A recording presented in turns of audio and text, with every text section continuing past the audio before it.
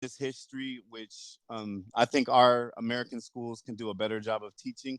But even when we do learn about it, it's so important to know what's happened leading up to 1966 and what's currently happening, and really what's about to happen with the assassination of Dr. King looming.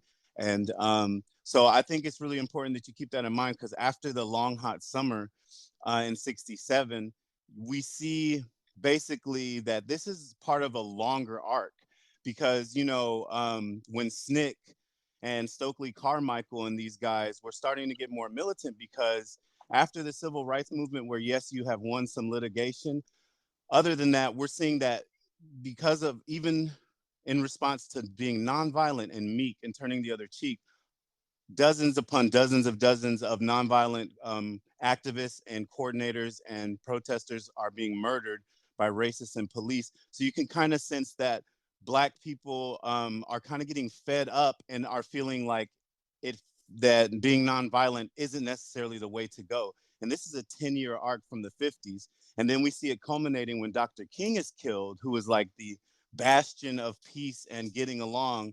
We see that Blacks in America have almost very little choice at that point, and the revolution then becomes to look more militant and more about self-defense, because the courts and the police aren't protecting people.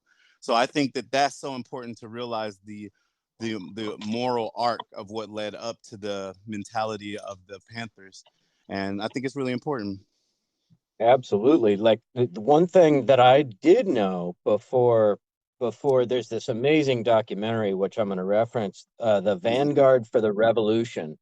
Mm-hmm. And I found it on YouTube, and I'm going to mention this 20 times because people need to see this. It's amazing. I had no Mm-hmm. idea of the